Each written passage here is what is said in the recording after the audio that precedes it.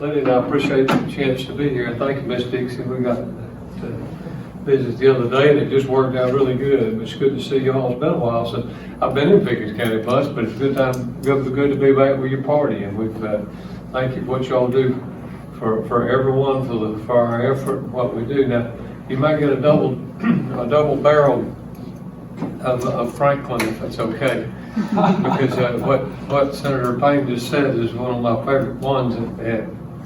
But the bizarre thing about the story that he just told, because it actually didn't come to light.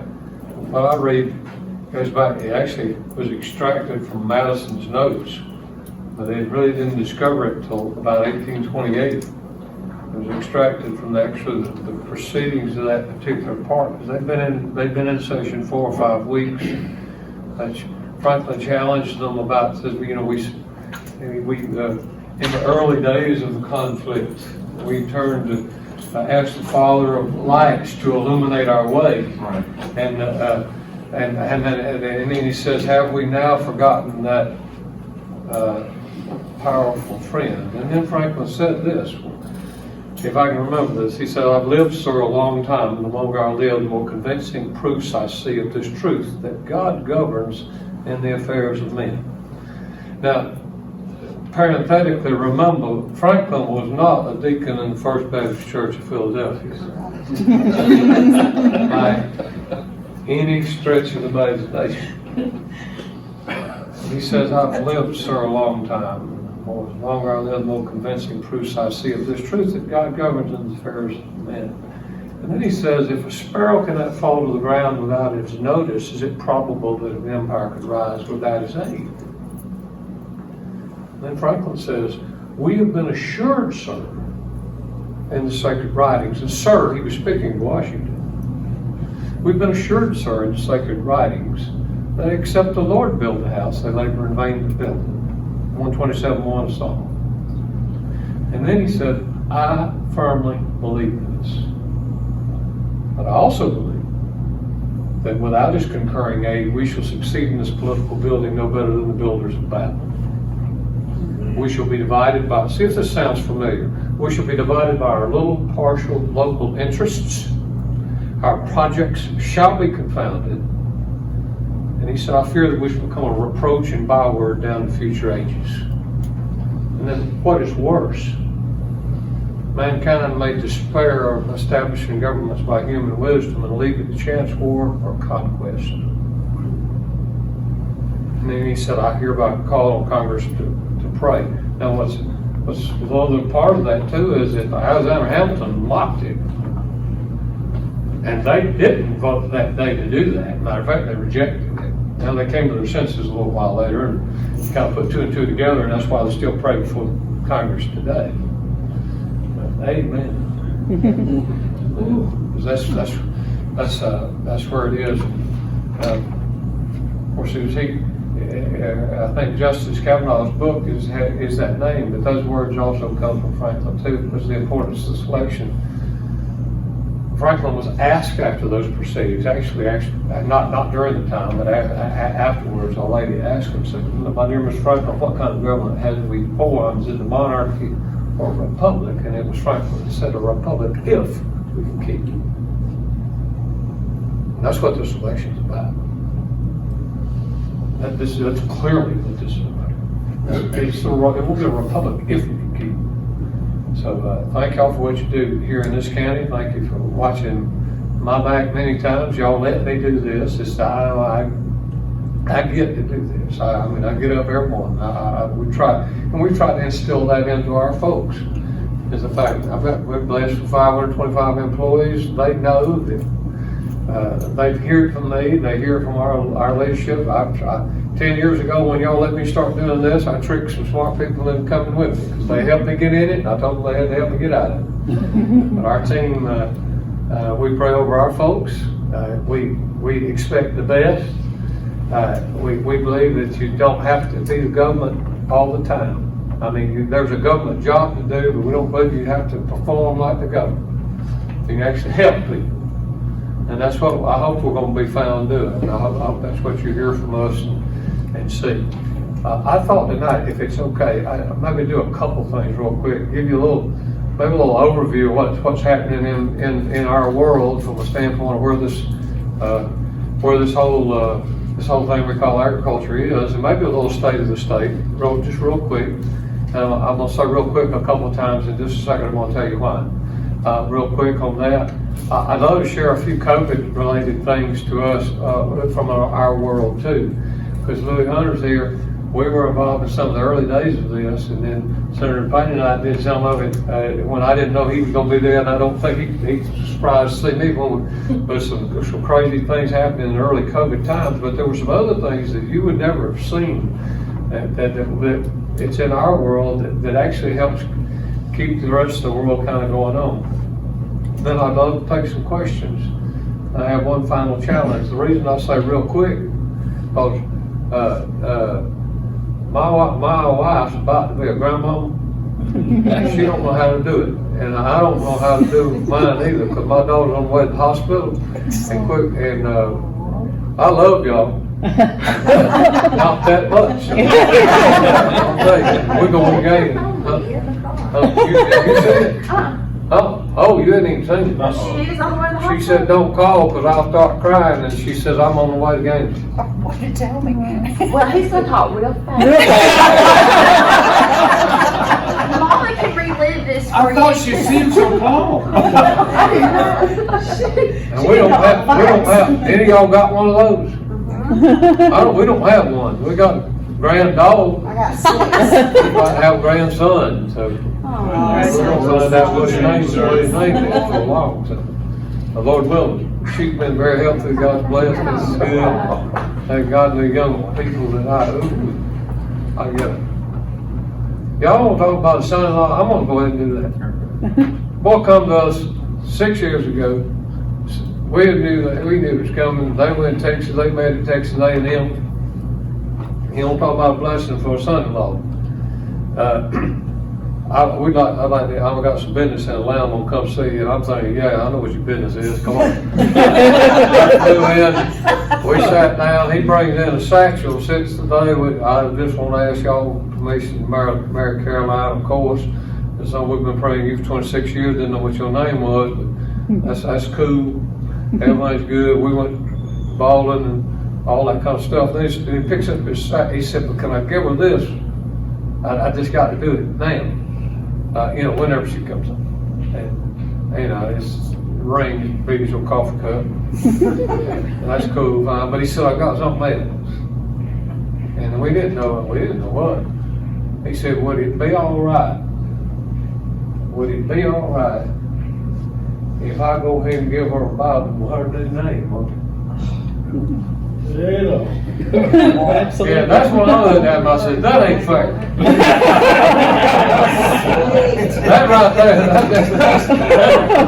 That's what are you talking about? And we went squalling again. I better go on before I start now. Let me tell you, first of all, y'all let me do this, y'all. I'm grateful. I came up, I live on the place I grew up on, and I get the practical side of it. But it's all, in my career, been immersed in this. And yeah, some of you may have heard before. Yeah, I was a doggone special interest lobbyist for 21 years. I was president of the Georgia Agribusiness Council. And I'm going to tell you what, if your interests are not special, you won't be a very good lobbyist. And that's all I've ever done is stood up for the farm families of the state, the agribusinesses of the state, and just try to keep the government at least at bay. And I've said, Senator, you might have heard me say this before, but I fought the government my whole career, and now I work for them. And that's interesting from time to time, because you just have, but I hope that's the same attitude we bring. But ag in Georgia it still is the number one business sector. That number still hovers at about $75 billion of total economic impact. About 14 of that is behind the farm gate, and the rest of it's what we do with the things that we produce. And it's still intentionally what we should do, because I believe that's what God made us to do. Georgia in the Greek You know, we think about where our name comes from, and this, if you want to talk about intentional, I don't think it's a mistake. I mean, yeah, we're named after King George II, the third's dad, but what does it mean? In the Greek, it's the feminine form of George. In the Greek, it means a farmer, a female farmer. That's what our name means. So those kind of things are pretty close to me, and I'm on. Y'all let me fight and defend them and work, and that's what we're going to try to do. We're still tops in peanuts and pecans and poultry and forest products. A lot of people don't know that. Georgia's the number one forest products producing state in the nation. We're number 2 in cotton. It's a really big deal. That came to us back in about 1994. We got back in that business. All our old red hills up here used to have them. I live in Jackson County. My farm used to have cotton on it. But we buried the boll weevil in 1994. I went to the funeral. I saw him in the box. He was buried. It was a great big thing. We did not say kind words about it, but we put him in the ground. And after that, that industry's really exploded. We're number 2 in cotton. Very important fruit and vegetables, well over $1 billion in fresh fruits and vegetables. Ornamental horticulture, turf grass business is huge. So it's a big deal, and we get to deal with that. And it's those kinds of things that make a difference in people's lives, I hope. There are a lot of cool things happening. We've got some Georgia citrus that's about to work for South Georgia. About 1,000 acres now. Will we get to 50,000 acres? Probably not, but there's some cool varieties by our University of Georgia that have been developed in the last 10 or 12 years that have a real cold hardiness to them, and they're just doggone better than anything else that's out there. Those Satsuma oranges, we're about to get a grapefruit too, so there's some crazy things like that that make this fun and make it very important, I think, to everyone's life. We like to say, which I'll talk a little bit of Georgia grown stuff in just a second, but we follow from the whole branding. We're pretty heavy in the marketing area, and that's kind of where my brain spends a fair amount of time, because I spend a lot of time behind the windshield. But not only is Georgia grown so powerful, but we are nature's favorite state. You know how I know that? Because we own the trademark. I bought it. We came up with it. We bought it. So we are. But if you'll think about that for a second, we really are, and so much of that is tied to our roots in agriculture. One little other quick update. First thing, y'all pray for our farm families right now. It's just been a wicked 3 years. 2 years ago today, I was had Secretary Perdue in a helicopter, and we were jumping all over South Georgia on that Sunday. 2 years ago tomorrow, had 15 farmers with the president in Macon after Hurricane Michael. I'm happy to report to you tonight, even though the federal government does not move like, there's lots of things that happen. But we have finally, we were awarded the state block grants to actually help producers for their losses. Senator Payne and his colleagues did some very important things, very bold things the state's never done. We instituted a low interest loan program about up to $75 million, $74,900,000 to 276 people that we were able to get do that very quickly. The federal aid was really slow. We got the money about 17 or 18 weeks ago, yet tomorrow. But I can report to you today that every contract is out my door. And we will pay out somewhere in the neighborhood of about $160 million to producers for their losses, and they do lots of different calculations where you do that. But we administered that program for the first time on the state, and we've paved the way for probably to change the way some things are done, even with the federal government, the way this thing's come out. But the crop right now for our guys, I mean, if we had this is a fantastic growing season, and it is just, it is tanking by the minute in South Georgia. We had three, 1,500, 1,800 pound cotton that we were looking at. For those of you, anybody in that might remember where that comes from, that's 3 bales or more, which is pretty common now. And back in the old timers up here, anybody baled a bale of cotton, you thought that was just the craziest thing. But that's going to be off by 500 pounds now. It is so wet. I've seen some cotton that's literally sprouting in the bowl. It's so wet that the seed in the bowl is sprouting out of the top of the plant. That's going to be tough. Peanuts pretty much the same situation. We've got some challenges there. We have a great crop if we just got to get it in. And so hope and pray that happens.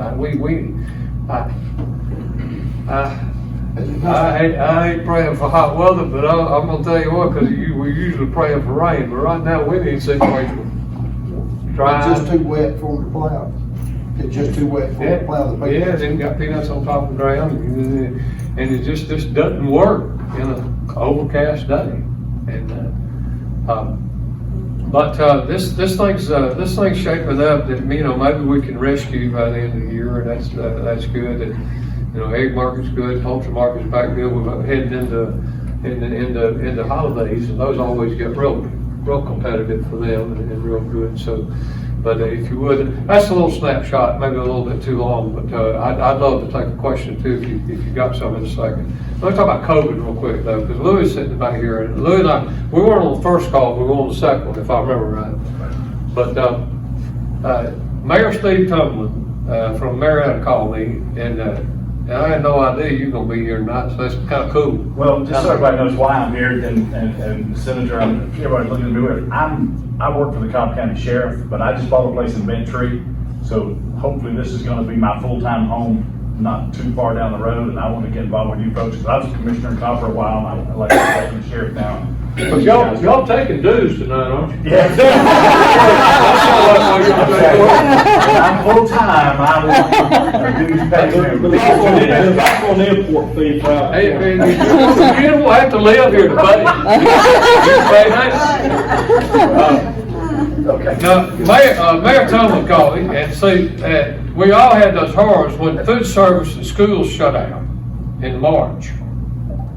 So the level we found ourselves in, so we're 4 weeks away from spring harvest, fruit and vegetable, and we saw all the horrors that are going on in Florida. So we had about a 4-week jump, and they're pouring milk down the drain, and they're applying vegetables under. Lost cruise business, lost food service, lost school. Let's say for fruit and vegetable and milk, that's 50% of the market. So overnight, market shot. What are we going to do? We did pour some milk down the drain. Now, let me tell you what my inbox was like for about a week. This is what it was. Why are you allowing those farmers to pour that milk down the drain? Why don't you require them to take it to the food bank? In sack? Take the cow to the food bank? There's a lot of interesting things in our thing when you folks that, and they meant well, it meant real well, but I'm telling you, it was a week. And then when the vegetables, we started going on with that, and sometimes we can be, being us, we can be hawkish about this when we maybe need to see the whole picture. And the whole picture is this. This is one, I won't forget it. Come on, Georgia Department of Agriculture, wake up. Of course, it was directed to me. He said, the way to save these crops is, why don't you, since all these students are at home, why don't you require these young people to go to South Georgia to help farmers harvest their crops? Socially distanced, though. And of course, there was probably an anti-H2A worker comment made in that. So I mean, I don't know if, well, anyway, I don't know who he was, and we tell those folks, thank you. But,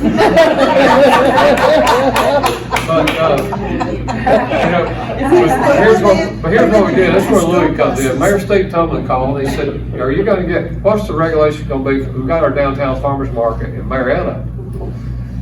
How are we going to get open? Are y'all working on that?" I said, "Yep, got a team working on it. Steve, we'll do that."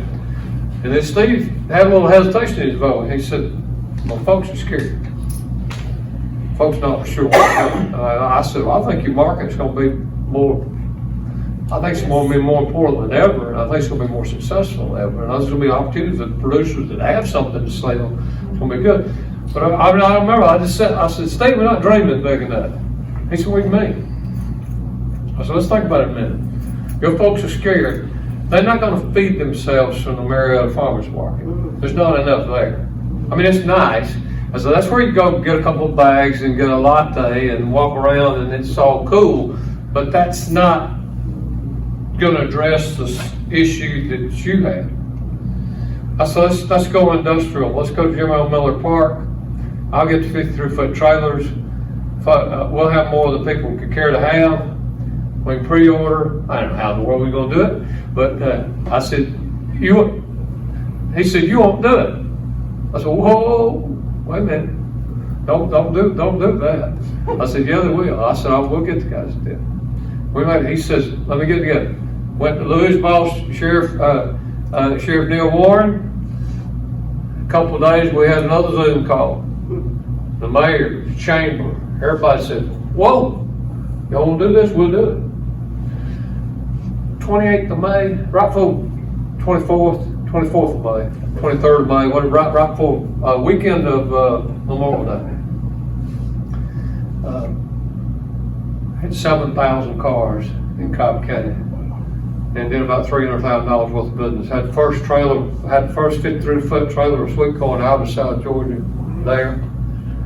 Had lots of stuff. It was pre-ordered. A tech company stepped up to handle the money and take the orders. It worked like a charm.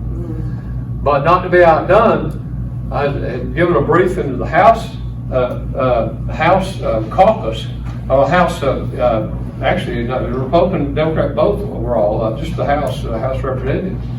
And State Representative Casey Carpenter from right up Atlanta, he said started texting me. He said, I'll sell 20,000 boxes. Just let me do it Thursday before Cobb because I want to beat him. He's a former wrestler, so he's. Now Casey's deal came about differently, but it's still that moved over $100,000. Casey Carpenter, and we sold $13,520 mixed produce boxes, 100% Georgia grown. Chuck and I laid. Ain't no time. How many we loaded? We loaded 13,100 of them. Me and Chuck. I mean, we did. It was and Casey's logistics were different, but it worked. I called Charlotte Nash and Chairman of the County Commission in Gwinnett. I said, "Charlotte, I'm in." We did two in Gwinnett. Mike Thurman, my good friend from DeKalb County, CEO of DeKalb County. Mike and we're both getting old. We just been around this thing a long time. And that's going to be part of my exclamation at the end. But Mike says, he said, "Man, I got my own CARES money." Because, the company, over 500,000, they had their own money. He said, "I got to feed my people." He said, "I trust you. I want a turnkey deal, man. I want a turnkey deal. I don't know about this, but I need a turnkey deal." We just did Saturday a week ago, his fifth one, 2,400 boxes at a time, feeding 800 people at 3 different locations in DeKalb. And I'm not done with it. Now I hope y'all think that's funny. I thought it was not, and then I'll love to take some questions. The first one for Mike was a little tough because we were just getting it done, and we got one of our purveyors at the Atlanta Farmers Market, make sure 100% of it was Georgia grown. we got the thing, we're, you know, got a little bit of this, a little bit of this, and then we got some frozen chicken from leg quarters from Marjack Poultry, a little 10-pound bag, and Mike's happy. I get to Weatherford Stadium in DeKalb County, and there's a lot of folks there. And you know, I'm by myself, okay? And that's okay, because I got lots of Mike's friends and his staff there. I pull up, and there's the Marjack Poultry truck. This thing starts at 10. I'm there about 5 after 9. And Nicky Gregory produce truck not there. Nicky Gregory's never late. He has business from Miami up the East Coast. He's never late. He's never has a spot of dirt on his trucks. He's just immaculate. I'm saying, where's Nicky? So I walk up, and Thurman says, "Where's the produce man?" Hang on. I'm trying to find Nicky. I'm trying to find my people. Where's Nicky? Where's Nicky's people? Where's the produce man? I said, just go away. Where's the produce man? So we get there, and I finally get them on the phone. They said they're on 285. Yeah, we're on 285. That's what Thurman tells me, and that's called we love one another, so we talk like this, okay? He said, you know, if a produce don't get here, he said, I'm gonna get in that crowd and ain't nobody gonna be able to find me. You're gonna be real easy to spot.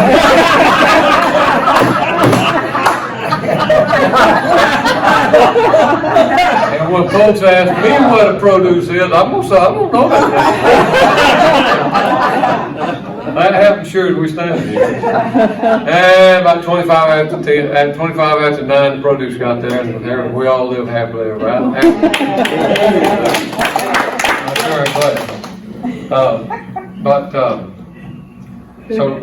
Y'all, those are the kind of things we've been doing. Our seed laboratories in Tifton are some of those fantastic parts of the technology side of our business.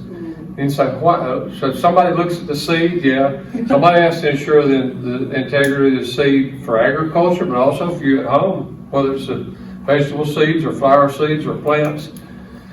Amidst incredible odds, and the Lord bless us, we never had anybody sick. But that's very tedious work. It's close work. It is so important, particularly for peanut. There's a huge because we do it basically for the country. Our seed laboratories process more samples than ever in the history of the department, and never had anybody sick. No one ever missed a day. And we did our job mid-thing. This department never shut down. Someone in senior management in every program area was on call every day in the office. Now we've learned to do some things. We have. I'm accustomed to kind of, thinking you got to go to Atlanta every day when I'm not somewhere else. That's going to stop because we have. Y'all have learned how to be a little more productive too, and stay off the road a little bit, and we ought to celebrate that. Now you got to improve, make sure your communication is like it is. And I'm real proud of our team and what they've been able to do. But that's a little snapshot of a couple of things in COVID and a couple of things in our world, and I'd love to.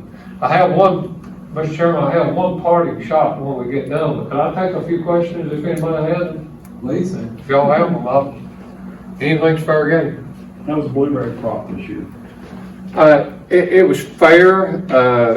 Blueberry crop was fair. If we can ever just get all of that to come together, we'll lead the nation in blueberries. But the last 3 or 4 years, it's one late freeze, this, that, the other, whatever stress left over from the hurricane. Our problem with blueberry, and this is where Liddy and I were talking about coming to the road. I love the president. I'm gonna be, Lord willing, I'll be there Friday. I went to the very first meeting before he was the nominee, when there were 8 of us in the room, said there ought to be a Trump for agriculture team. It was in DC, there was 8 people in the room, and about 6 people on a telephone call, and when I got in the Uber going back to Reagan National Airport, the first person I called was Sonny Perdue, and I said, "You want to put your name on this?" And he said, "Sure." So I've been in a long time. The USMCA, I fussed with them a lot now because it didn't have protection for seasonal vegetables, and I thought it should. Now I didn't win, and it actually got me on that I voiced my opinion that enough that then for a little while I didn't get invited on them calls anymore, and that's okay because the White House called today, so I guess we are. We may. But the unbridled access to our market of Mexican produce that hits our window when they have promised to continue to plant because they intend to solve our immigration problem by producing our food for us is unconscionable to me. And therefore, but blueberry is square in the we have about 60 million pounds of Mexican blueberries hit our market during our window. Big box stores in South Georgia in blueberry territory have Mexican blueberries, not ours. The only ones that can change that to people in this room and say, no, if you want blueberries, they're going to be from Peru for your salad at Thanksgiving. Not going to be ours. And that's okay. But when we've got ours, we've got to realize this is, and COVID's going to teach us this too, I suggest to you. COVID's going to teach us that by God, the food system and American agriculture is an important part of national security as anything else we have. I think that'll be a lesson that we learn out of this. What about our meats that might be coming from other countries? What about this whole concept of them not labeling where our meats are coming from? Yeah. How does that, what's your take on that? Yeah. We got 5 steers for Well, sale the right country of origin, now. So we got 5 steers for sale and they come yeah, from Texas. I got 3.5 steers left for sale. See that? You don't have to live here, you can pay. I don't live here, but I accept, right? Working out. Country of origin labeling on proteins it's a little harder because cattle move across the border from Mexico and Canada, and that gets real complicated. Where the consumer ought to do is demand it, and the consumer ought to seek out those folks and let the free market, and then the free market will answer that question. I've always kind of I'm gonna kind of follow a lot more free market things than I am because we just tend in the government to wind up goofing it up. But the store will answer the needs of the consumer if enough people will do that. Now, I will tell you this: I've run into this in some Republican meetings. What is phone ringing home? What is this? We're sending chicken all the way to China, and it's coming back to us in chicken fingers. Y'all, that's ridiculous. Yes. But it's out there. I mean, that's the black helicopter thing that, that everything's a conspiracy. What happened is we released the importation issues with China about 3 years ago. And the reality of it is that was a normalization of some components of agricultural trade because you had to have them to say they could have it and we could have it just to get some other deals going. They ain't sending us any chicken. They need every chicken they've got. So it's that one I really, and some other people may disagree with that and that's fine, but I don't worry about that as much. I think if we'll be aggressive, we still lead technology. We still lead in plant breeding and all the things. We still have land grant institutions like the University of Georgia and I can't hardly say Auburn. You see, Auburn. Those are the land grant institutions. that, You say clips and birds. that where our agricultural research, we lead the world in that, so, we just gotta be aggressive, get some fair trade deals, quit getting beat, and that's what I love, that the president has just said, look, we'll take it to you, and the farmers have sat back and said, okay, we're gonna stand with you. We're gonna take it on the chin, and that's one of these market facilitation payments. There's some other kinds of things that we might normally not like to see, and I don't like to see that. Producer would much rather have that profit coming from the market than the mailbox. But we've got to do something to ensure this part of our infrastructure so that we can be competitive in the future. So that's my thought. I was wondering about Yes, our ma'am. pecan crop. I've had a terrible time Yeah. finding Georgia pecans this fall. That's just cause they just have started Just now in harvesting, so we're season. good. You good, I promise. Bill will pick them up for Oh, you. I'll pick them up for you. Okay. I'll be going to my Savannah here in the You week. must But ain't have nothing South like Georgia pecans. I hadn't planned to do this. Now, how'd you say that? Georgia pecans. Well, you sure that's how you say that? I'm married to somebody from the middle of Georgia, and we'll find you over I there. know you won't say. Do you know the difference? You're fine. Yes. Well, I Like do. like pecans when they're more than $3 a pound. Write that down. He knows. Our problem is we've been selling too many pecans the last 3 years. We need to get back to selling pecans. China's a big part of that. We, in Georgia, if I had 10 pecans in front of you, 3 years ago, if there were 10 pecans produced in Georgia, 1, 2, 3, 4, 5, 6, 7, 8, 9, 10, 4 of them would go to China. 40% of our crop is exported to China. Ours, the Pawnee variety, the other larger pecans they're so desirable, and the Chinese appetite has really gobbled that up. Now, it's been great until we had a 47% tariff put on them. And that hit our guys in the mouth the last 2 years. But they're coming back to the table. There's these recent purchases that you've seen, there's a lot of undercurrent that shows where China's coming back into the marketplace, which should, pecan guys are we have a great crop this year. That's one thing. Oh, we got to know. You're gonna be able to pave the streets in Jasper with them. Because that's how many we got. But we're hoping the prices should be a little better this year. Okay, good. Well, Yep. I have left To share my wife's North Carolina logic, she said that it's pecans when they're on the tree, it's pecans when they're on the ground, when they're no longer on the tree. That's why it's pecan pie. Everything's pecan unless it's but it's a pecan tree.